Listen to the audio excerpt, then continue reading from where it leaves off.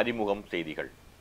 இன்றைய முக்கிய நிகழ்வுகளை பார்ப்பதற்கு முன்பாக தலைப்புச் செய்திகளை பார்க்கலாம். பொங்கல் பரிசு தொகுப்பு வழங்கும் திட்டத்தை தொடங்கி வைத்தார் முதலமைச்சர் மு.க.ஸ்டாலின். பொங்கல் பண்டிகை முன்னிட்டு முன்கூட்டியே மகளிர் உரிமை தொகை வரவு.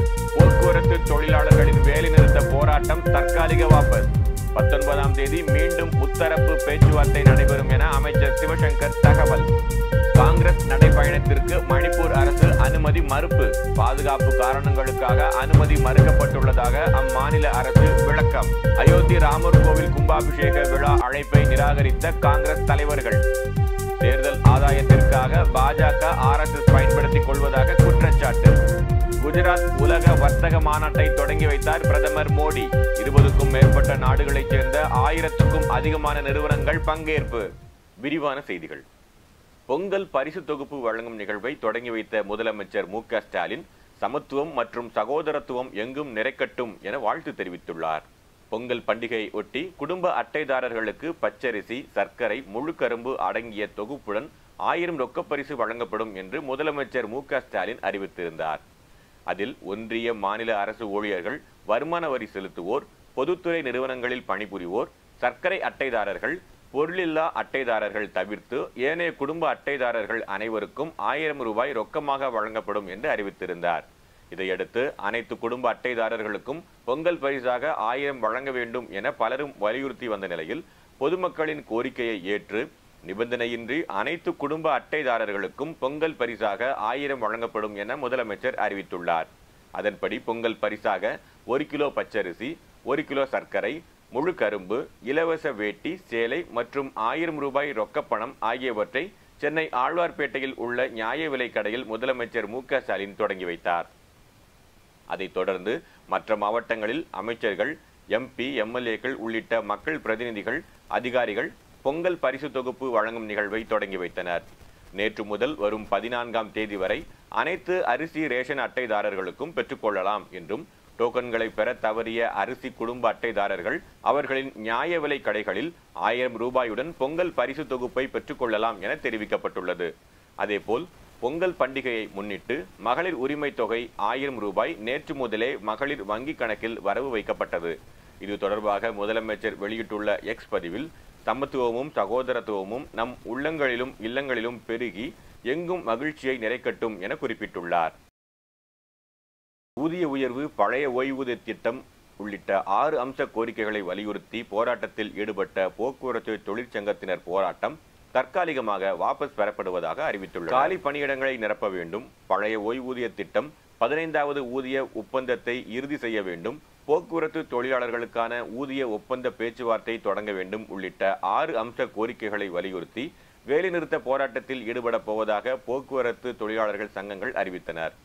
தமிழ்நாடு அரசு சார்பாக நடைபெற்ற பேச்சுவார்த்தையில் உடன்பாடு ஏற்படாததை அடுத்து அண்ணா தொழிற்சங்கம், CITU உள்ளிட்ட தொழிற்சங்கங்கள் 2வது நாளாக வேலைநிறுத்த போராட்டத்தில் ஈடுபட்டனர். இந்நிலையில் தொழிற்சங்கத்தினரின் வேலைநிறுத்த போராட்டத்திற்கு தடை விதிக்க கோரி சென்னை உயர்நீதிமன்றத்தில் பொதுநல மனு தாக்கல் செய்யப்பட்டிருந்தது.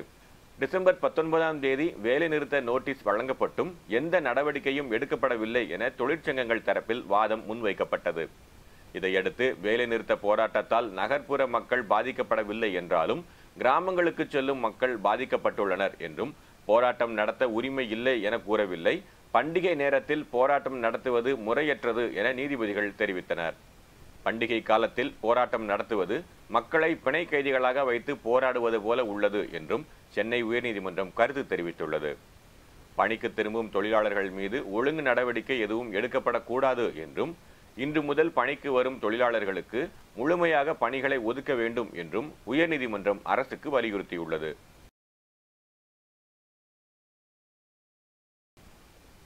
மேலும் ஜனவரி 19ஆம் தேதி வரை போக்குவரத்து தொழிற்சங்கத்தினர் வேலை நிறுத்தத்தில் ஈடுபடக்கூடாது எனவும் நீதிபதிகள் அறிவுறுத்தினர்.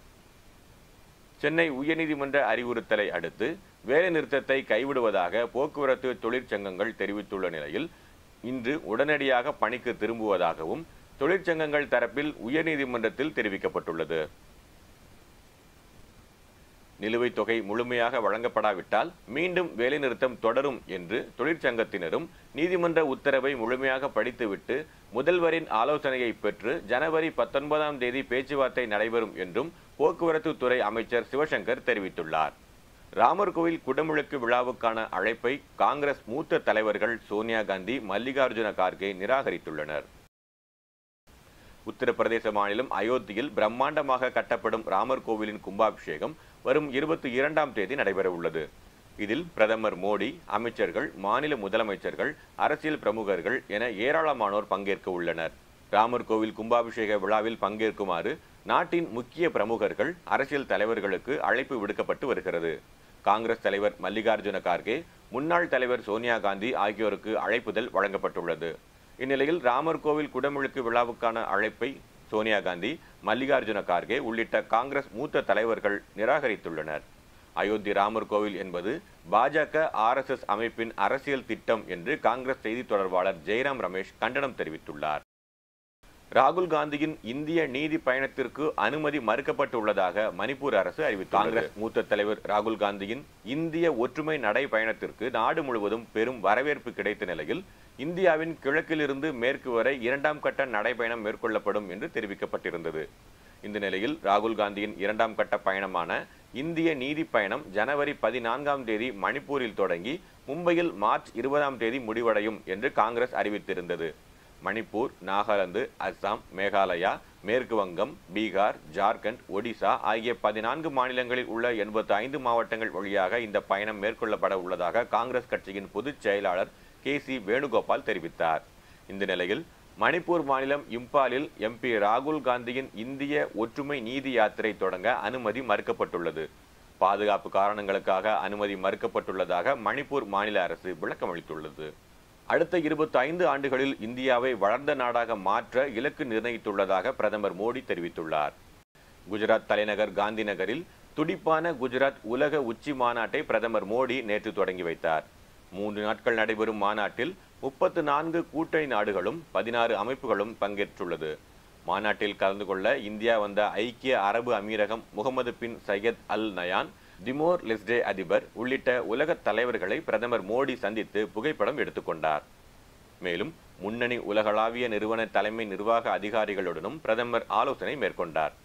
அதேபோல் முகேஷ் அம்பானி, கௌதம் அம்பானி, டாடா நிறுவன தலைவர், மைக்ரோசாப்ட் பிரதிநிதிகள் உள்ளிட்டோர் மாநாட்டில் கலந்து கொண்டனர். உச்சி மாநாட்டின் தொடக்க விழாவில் பேசிய பிரதமர் மோடி, உலகின் 3 பெரிய பொருளாதாரங்களில் இந்தியாவும் இருக்கும் என்று அனைத்து பெரிய தர மதிப்பீட்டு நிறுவனங்களும் கருத்து வெளியிட்டுள்ளதாக பெருமிதம் தெரிவித்தார். உலக பொருளாதாரத்தில் தீர்வுகளை கண்டறிவதற்கான தொழில்நுட்ப மையமாகவும் திறமையான இளைஞர்களின் அதிகார மையமாகவும் இந்தியா உள்ளதாகவும் அவர் தெரிவித்தார். தைப்பூச சிறப்பு கட்டண தரிசனம் ரத்து செய்வது தொடர்பாக முதல்வரிடம் கலந்து ஆலோசித்து முடிவெடுக்கப்படும் என அமைச்சர் சேகர் பாபு தெரிவித்துள்ளார். சென்னை இந்து சமய அறநிலைத்துறை அலுவலகத்தில் திருக்கோவில் அர்ச்சகர்கள் உள்ளிட்ட துறைநிலை ஓய்வூதிய பணியாளர்களுக்கு பொங்கல் கொடை வழங்கும் திட்டத்தை அமைச்சர் சேகர் பாபு தொடங்கி வைத்தார். அதனைத் தொடர்ந்து முருகப்பெருமானின் அறுபடை வீடுகளான திருப்பரங்குன்றம், திருச்செந்தூர், பழனி, சுவாமிமலை, திருத்தணி, பழமுதிர்ச்சோலை ஆகிய திருத்தலங்களுக்கு பக்தர்கள் தரிசனம் செய்திடும் வகையில் ஆன்மீக சுற்றுலா ஏற்பாடு செய்வது குறித்த ஆலோசனை கூட்டம் நடைபெற்றது. பின்னர் செய்தியாளர்களிடம் பேசிய அமைச்சர் சேகர் பாபு, அறுபடை திருக்கோயில்களுக்கும் கட்டணமில்லாமல் 60 வயது முதல் 70 வயதிற்கு உட்பட்ட 200 நபர்களை ஆண்டிற்கு 5 முறை அழைத்துச் செல்ல முயற்சி மேற்கொண்டுள்ளதாக தெரிவித்தார். மாண்புமிகு தமிழக முதலமைச்சர் அவருடைய நல்வழிகாட்டலின்படி தமிழ் கடவுள் என்று போற்றப்படுகின்ற முருகன் திருக்கோயிலுக்கு, இந்த 6 திருக்கோயில்களுக்கும் வயது மூப்பில் இருப்பவர்கள் ஒரே முறையாக சென்று தரிசனம் செய்வதற்கு அதிக சிரமப்படுகிறார்கள். அதை கருத்திலே கொண்டு இந்த 6 திருக்கோயில்களுக்கும் முழுவதுமாக கட்டணம் இல்லாமல் ஆண்டிற்கு 5 முறை 200 நபர்களை 60 வயதிற்கு மேற்பட்ட 70 வயதிற்குள்ளான 200 நபர்களை ஆண்டுதோறும் 5 முறை, அதாவது ஆண்டிற்கு 1000 நபர்களை கட்டணமில்லாமல் முழுவதுமாக தரிசனம் செய்து அவர்களை இறைவனர்கள் கிடைக்க இந்து சமய அறநிலைத்துறை புதிய முயற்சியை மேற்கொண்டிருக்கின்றது. தூத்துக்குடி துப்பாக்கிச் சூட்டில் சம்பந்தப்பட்ட அதிகாரிகளுக்கு பதவி உயர்வு வழங்கியது ஏன் என சென்னை உயர்நீதிமன்றம் கேள்வி எழுப்பியுள்ளது. தூத்துக்குடி ஸ்டெர்லைட் ஆலைக்கு எதிராக கடந்த 2018ஆம் ஆண்டு போராட்டத்தில் ஈடுபட்டவர்கள் மீது நடத்திய துப்பாக்கிச் சூட்டில் 13 பேர் உயிரிழந்தனர். இது தொடர்பான வழக்கை நீதிபதிகள் எஸ் சுந்தர் மற்றும் என் செந்தில்குமார் ஆகியோர் விசாரித்த போது துப்பாக்கிச்சூடு சம்பவத்தில் தொடர்புடைய காவல்துறை அதிகாரிகளுக்கு பதவி உயர்வு வழங்கப்பட்டுள்ளது குறித்து கேள்வி எழுப்பினர். மேலும் துப்பாக்கிச்சூடு சம்பவத்தில் சம்பந்தப்பட்ட அதிகாரிகளை இணைத்து மனு தாக்கல் செய்யவும் உத்தரவிட்டனர்.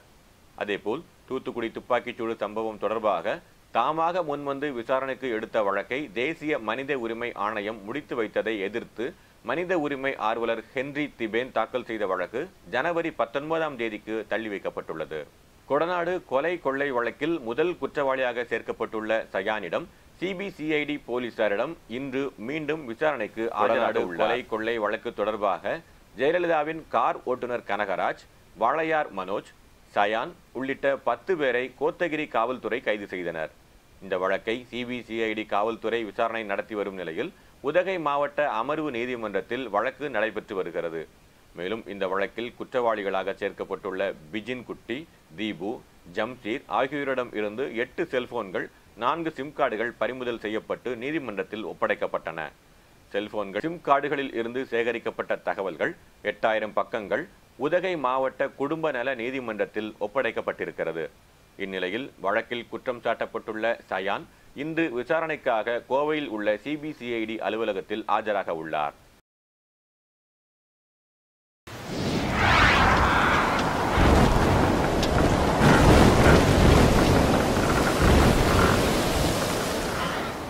கன்னியாகுமரி, திருநெல்வேலி மாவட்டங்களில் கனமழைக்கு வாய்ப்புள்ளதாக சென்னை வானிலை ஆய்வு மையம் தெரிவித்துள்ளது.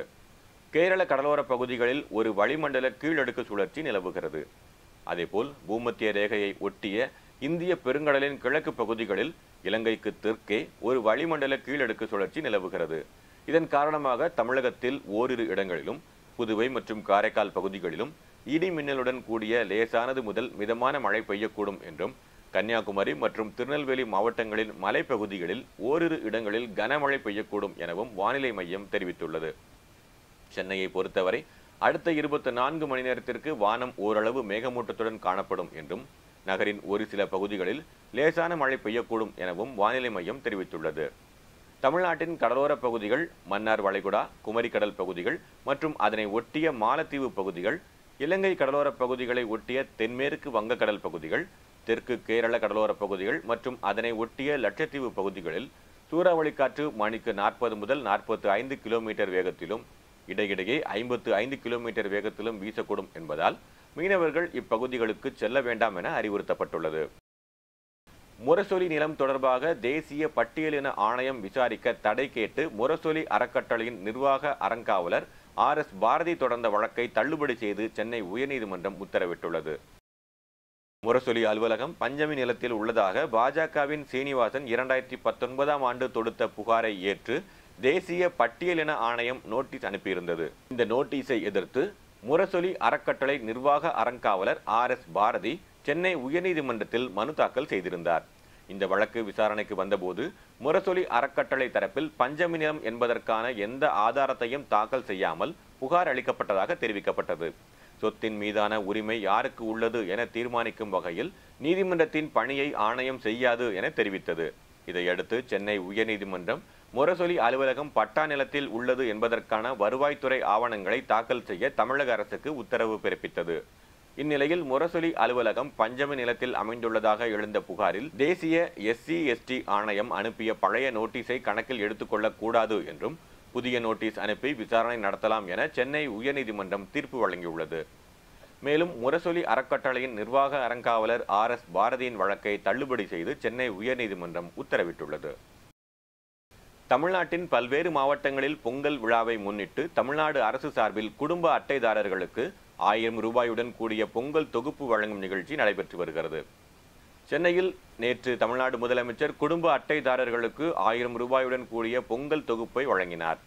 அதனைத் தொடர்ந்து புதுக்கோட்டை நகர பகுதிக்கு உட்பட்ட காமராஜபுரம் 10ஆம் வீதியில் குடும்ப அட்டைதாரர்களுக்கு தமிழ்நாடு அரசின் 1000 ரூபாயுடன் கூடிய பொங்கல் தொகுப்பை சட்டத்துறை அமைச்சர் ரகுபதி வழங்கினார்.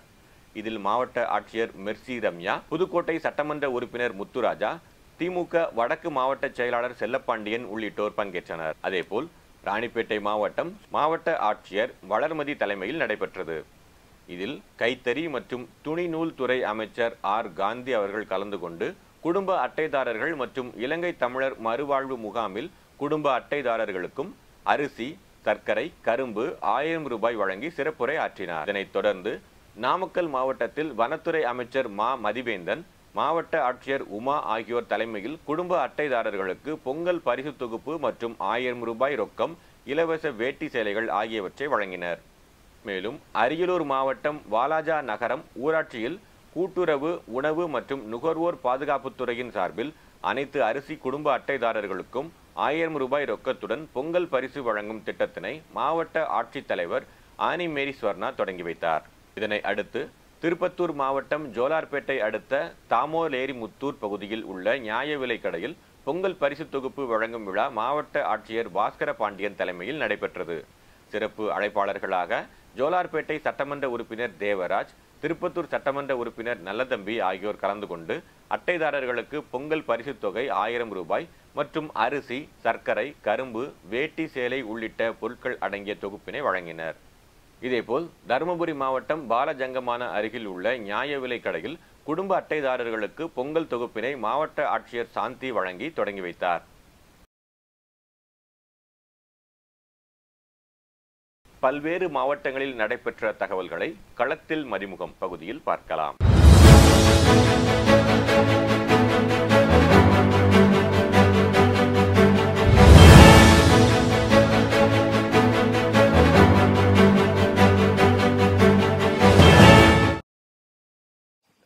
போனஸ் உள்ளிட்ட 6 அம்ச கோரிக்கைகளை வலியுறுத்தி தமிழகத்தில் அரசு போக்குவரத்து துறை தொழிலாளர்கள் 2ஆம் நாளாக வேலை நிறுத்தத்தில் ஈடுபட்டு வரும் நிலையில் திருவண்ணாமலை மத்திய பேருந்து நிலைய நுழைவாயில் முன்பு போக்குவரத்து தொழிலாளர்கள் 6 அம்ச கோரிக்கை வலியுறுத்தி ஓய்வு பெற்ற சங்கத்தினர் உட்பட நூற்றுக்கணக்கானோர் பேருந்து முன்பு வழிமறித்து டயர் முன்பாக தரையில் படுத்து சாலை மறியல் போராட்டத்தில் ஈடுபட்டனர். போராட்டத்தில் ஈடுபட்ட அனைவரையும் காவல்துறையினர் கைது செய்தனர். அதேபோல் திருப்பத்தூர் மாவட்டம் கௌதம்பேட்டை பகுதியில் விழுப்புரம் மற்றும் சேலம் கோட்டம் பணிமனையின் முன்பு 6 அம்ச கோரிக்கைகளை நிறைவேற்ற கோரி அனைத்து ஓய்வு பெற்ற சங்கத்தினர் கலந்து கொண்டு இன்று 2வது நாளாக வேலை நிறுத்த போராட்டத்தில் ஈடுபட்டனர். ஊதிய ஒப்பந்தம் 4 ஆண்டு என்பதை 3 ஆண்டாக மாற்ற வேண்டும். இவருடைய 8 ஆண்டுகளாக நிறுத்தப்பட்ட இந்த டிஏவை கொடுக்க வேண்டும், பிஎஃப்ஐ வழங்க வேண்டும். இந்த நிறைய பஸ்ஸுங்க இன்னைக்கு பாத்தீங்கன்னா ஆயிரக்கணக்கான பேருந்துகள் நிறுத்தப்பட்டிருக்கிறது. தொழிலாளிகள் இல்லாம நிறுத்திட்டு இருக்கிறாங்க.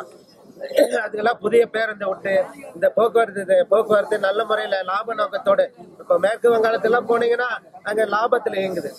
இங்க தமிழ்நாட்டுல நட்டத்துல இயங்குதுன்னா எல்லாம் ஓட்டுக்காக இலவசம் சொல்லி அவங்க அது படி கூட கிடைக்கிறது இல்லை அந்த கண்டக்டருக்கு, டிரைவருக்கு. அந்த மோசமான நிலைமை. இந்த பொங்கலை எப்படி அவங்க குடும்பம் கொண்டாட போறாங்க? அது ரொம்ப கருப்பு தினமா தான் இந்த பொங்கல், கருப்பு பொங்கலா இந்த அரசாங்கத்துக்கு இருக்க போகிறது. ஆகவே தமிழக அரசு நீ இந்த இத்தனை லட்சம் மக்களை வஞ்சிக்காது, அவர்கள் நியாயமான கோரிக்கைகளை நிறைவேற்றி அவங்கள வயிற்றில் பால் வார்க்க வேண்டும் என்று இந்த அரசை வலியுறுத்தி கேட்கிறோம். அப்படி செய்யலன்னா நாங்க பாட்டாளி மக்கள் கட்சி சார்பாக மிக வன்மையாக இந்த அரசாங்கத்தை கண்டிக்கிறோம். நீதிமன்ற உத்தரவினை செயல்படுத்தவில்லை என்றால் உயிரை மாய்த்துக் கொள்வதை தவிர வேறு வழியில்லை என ராமர் பிள்ளை தெரிவித்துள்ளார். பெட்ரோலுக்கு நிகரான மூலிகை எரிபொருளை பொதுமக்கள் பயன்பாட்டிற்கு வர்த்தக ரீதியிலான விநியோகத்திற்கு கொண்டுவர இந்திய ஜனநாயக கட்சியின் தலைமை உறுப்பினர்களுடன் இணைந்து மூலிகை எரிபொருள் விநியோகத்தை திட்டமிட்டது குறித்து சென்னை சேப்பாக்கத்தில் உள்ள பத்திரிகையாளர் மன்றத்தில் செய்தியாளர் சந்திப்பு நடைபெற்றது. அந்த வழக்கை நான் ரத்து செய்கிறேன் என்று கூறியது மட்டுமில்லாமல் மத்திய புலனாய்வுத்துறையால் கைப்பற்றப்பட்ட அனைத்து பொருள்களையும் அவரிடம் திரும்ப ஒப்படைக்க வேண்டும். அடுத்து வங்கிகளில் முடக்கப்பட்ட அனைத்து தொகையும் 23 வருட வட்டியோடு திரும்ப தர வேண்டும் என்று சென்னை அமர்வு நீதிமன்றம் தீர்ப்பு வழங்கி ஏறத்தாழ 1 வருடம் ஆகிவிட்டது. அந்த அமர்வு நீதிமன்றத்தின் அந்த ஜட்ஜ்மெண்ட்டை கொண்டு போயிட்டு சம்மந்தப்பட்ட வங்கியில நான் சமர்ப்பிக்கிறேன், எனக்கு அந்த அமௌண்ட் ரிலீஸ் பண்ணுங்க அப்படின்னு சொல்லி ரெக்வெஸ்ட் பண்றோம். மதுரை மாநகராட்சி துணை மேயர் நாகராஜன் வீடு அலுவலகங்களில் தாக்குதல் நடத்தப்பட்ட சம்பவம் பெரும் பரபரப்பை ஏற்படுத்தியுள்ளது. மார்க்சிஸ்ட் கட்சியை சேர்ந்த துணை மேயர் நாகராஜன், மனைவி செல்வராணி ஆகியோர் வீட்டில் இருந்தபோது மர்ம நபர்கள் இருவர் தாக்குதல் நடத்தினர். தாக்குதலில் இருசக்கர வாகனம், அலுவலக கண்ணாடிகள் அடித்து நொறுக்கப்பட்டன. இந்த சம்பவம் தொடர்பாக துணை மேயர் வீட்டு வாசலில் ரகளையில் ஈடுபட்ட இருவரை காவல்துறையினர் கைது செய்ததை தொடர்ந்து இது தொடர்பாக விசாரணை மேற்கொண்டு வருகின்றனர். திருப்பத்தூர் மாவட்டம் ஆம்பூர் அடுத்த செங்கிலிக்குப்பம் ஊராட்சிக்கு உட்பட்ட மாராப்பட்டு பகுதியில் அடிப்படை வசதிகள் செய்து தரவில்லை என்று பொதுமக்கள் ஆர்ப்பாட்டத்தில் ஈடுபட்டனர். இதில் கழிவுநீர் கால்வாய் சுத்தம் செய்யவில்லை மற்றும் தெருக்களில் மழைநீரும் கழிவுநீரும் தேங்கி நிற்பதால் கொசு தொல்லை அதிகமாக காணப்படுகிறது. இதனால் டெங்கு போன்ற நோய்கள் பரவும் அபாயம் உள்ளது என்றும் 6 மாதமாக சுத்தம் செய்யவில்லை என்றும் பொதுமக்கள் புகார் தெரிவித்தனர். மாராப்பட்டு ராக்கி பேசுறேன். எங்க தெரு கால் வந்து சரியில்லை. எங்களுக்கு வந்து நடக்க முடியல. இந்த கால வந்து சரியில்லை. எங்களுக்கு ரொம்ப கஷ்டமா இருக்கு. நடக்க முடியல. பிச்சு வந்து ரொம்ப எங்க வீட்டுல வந்து பைப் தண்ணி போறதுக்கு வசதி இல்லை. அது இதுலதான் நடந்து வரோம். ரொம்ப கஷ்டமா இருக்கு. கோவை கவுண்டர் மில்ஸ் பகுதியில் உள்ள கொங்குநாடு கலை அறிவியல் கல்லூரி வளாகத்தில் BIS என்னும் இந்திய தரநிலைகள் பணியகத்தின் 77வது நிறுவன நாள் விழாவை முன்னிட்டு சிறப்பு நிகழ்ச்சிகள் நடைபெற்றது. தொடர்ந்து இந்திய தரநிலைகள் பணியகத்தின் புகைப்பட கண்காட்சி நடைபெற்றது. மேலும் தரப்படுத்துதல் குறித்த விழிப்புணர்வை ஏற்படுத்தும் வகையில் பள்ளி மற்றும் கல்லூரி மாணவ மாணவியருக்கு வினாடி வினா பேச்சு போட்டி, பதாகை தயாரித்தல் ஆகிய போட்டிகள் நடைபெற்றன. திருப்பூர் மாவட்டம் உடுமலை அருகே திருமூர்த்தி மலையில் உற்பத்தியாகும் மத்தாளம் ஆற்றில் கடும் மழை பொழிவால் வெள்ளப்பெருக்கு ஏற்பட்டது. இதனால் பொன்னாலம்மன் சோலை என்னும் இடத்தில் மத்தாளம் ஆறும் பாலாறும் கலக்கும் பகுதியில் ஆற்றின் குறுக்கே பயன்பாட்டில் இருந்த தரைப்பாலம் தகர்க்கப்பட்டது. இதன் காரணமாக திருமூர்த்தி மலைப்பகுதியில் வசிக்கும் மலைவாழ் மக்களும் பொன்னாலம்மன் சோலை விவசாயிகளும் பயன்படுத்தும் பாளையம் சாலை துண்டிக்கப்பட்டது. ஆற்றில் வெள்ளப்பெருக்கு தொடர்ந்து வரும் நிலையில் பொதுமக்கள் சாலையை கடக்க பல மைல் தூரம் நடந்து செல்ல வேண்டிய சூழல் ஏற்பட்டுள்ளது. சென்னையின் முன்னணி பன்னோக்கு மருத்துவமனையாக திகழும் பிரசாந்த் மருத்துவமனை சார்பில் சாலை பாதுகாப்பு குறித்து பொதுமக்களிடம் விழிப்புணர்வு ஏற்படுத்தும் விதமாக 3 நாள் சாலை பாதுகாப்பு விழிப்புணர்வு நிகழ்ச்சி நடைபெற்றது. வேளச்சேரியில் உள்ள பிரசாந்த் மருத்துவமனையில் இருந்து 5 கிலோமீட்டர் நடைபெற்ற வாக்கத்தான் போட்டியை மருத்துவமனையின் நிர்வாக இயக்குநர் டாக்டர் பிரசாந்த் கிருஷ்ணா மற்றும் தலைமை நிர்வாக அதிகாரி டாக்டர் பாஸ்கரன் ஆகியோர் கொடியசைத்து தொடங்கி வைத்தனர். இதில் சுமார் 200க்கும் மேற்பட்டோர் கலந்து கொண்டு சாலை பாதுகாப்பு குறித்த விழிப்புணர்வை ஏற்படுத்தினர். இன்றைய தங்கம் வெள்ளி விலை வழங்குவோர் அட்டிகா கோல்ட் கம்பெனி. சென்னையில் இன்று 22 கேரட் ஆபரண தங்கத்தின் விலை எவ்வித மாற்றமும் இன்றி 1 கிராம் தங்கம் 5820 ரூபாய்க்கும், 1 சவரன் ஆபரண தங்கத்தின் விலை 46,560 ரூபாய்க்கும் விற்பனை செய்யப்படுகிறது. வெள்ளியின் விலை கிராமுக்கு 50 காசுகள் குறைந்து 1 கிராம் வெள்ளி 77 ரூபாய் 50 காசுகளுக்கும், 1 கிலோ வெள்ளி 77,500 ரூபாய்க்கும் விற்பனை செய்யப்படுகிறது. அந்தமான் தீவில் 4.5 ரிக்டர் அளவுகோலில் மிதமான நிலநடுக்கம் ஏற்பட்டது. சமீப காலமாக நாடு மற்றும் உலகின் பல பகுதிகளில் நிலநடுக்க சம்பவங்கள் அதிகரித்து வருகின்றன. இந்த ஆண்டு ஜனவரி 1ஆம் தேதி புத்தாண்டு அன்று ஜப்பானில் ஏற்பட்ட நிலநடுக்கத்தால் அதிக அளவிலான மக்கள் உயிரிழந்தனர். மேலும் நேற்று முன்தினம் இந்தோனேஷியாவின் தலாவா தீவு பகுதியில் சக்தி வாய்ந்த நிலநடுக்கம் ஏற்பட்டது. இது ரிக்டர் அளவுகோலில் 6.7 பதிவானது. இந்நிலையில் அந்தமான் தீவுகளில் காலை 7:53 மணி அளவில் மிதமான நிலநடுக்கம் உணரப்பட்டது. அந்தமான் தீவுகளில் ஏற்பட்ட இந்த நிலநடுக்கத்தின் தீவிரம் ரிக்டர் அளவுகோலில் 4.5 பதிவாகியுள்ளது என தேசிய நில அதிர்வு மையம் தகவல் தெரிவித்துள்ளது. நிலநடுக்கத்தால் உயிரிழப்பு, பொருட்சேதம் குறித்து இதுவரை தகவல் ஏதும் வெளியாகவில்லை. மீண்டும் தலைப்புச் செய்திகள். பொங்கல் பரிசு தொகுப்பு வழங்கும் திட்டத்தை தொடங்கி வைத்தார் முதலமைச்சர் மு.க. ஸ்டாலின். பொங்கல் பண்டிகை முன்னிட்டு முன்கூட்டியே மகளிர் உரிமை தொகை வரவு. போக்குவரத்து தொழிலாளர்களின் வேலைநிறுத்த போராட்டம் தற்காலிக வாபஸ். 19ஆம் தேதி மீண்டும் முத்தரப்பு பேச்சுவார்த்தை நடைபெறும் என அமைச்சர் சிவசங்கர் தகவல். காங்கிரஸ் நடைபயணத்திற்கு மணிப்பூர் அரசு அனுமதி மறுப்பு. பாதுகாப்பு காரணங்களுக்காக அனுமதி மறுக்கப்பட்டுள்ளதாக அம்மாநில அரசு விளக்கம். அயோத்தி ராமர் கோவில் கும்பாபிஷேக விழா அழைப்பை நிராகரித்த காங்கிரஸ் தலைவர்கள். தேர்தல் ஆதாயத்திற்காக பாஜக RSS பயன்படுத்திக் கொள்வதாக குற்றச்சாட்டு. குஜராத் உலக வர்த்தக மாநாட்டை தொடங்கி வைத்தார் பிரதமர் மோடி. 20க்கும் மேற்பட்ட நாடுகளைச் சேர்ந்த 1000க்கும் அதிகமான நிறுவனங்கள் பங்கேற்பு. இத்துடன் செய்திகள் நிறைவடைந்தன. மீண்டும் செய்திகள் பிற்பகல் 1:30 மணிக்கு. மேலும் செய்திகளை தெரிந்து கொள்ள மதிமுகம் பிரைம் யூடியூப் தளத்தில் இணைந்திருங்கள்.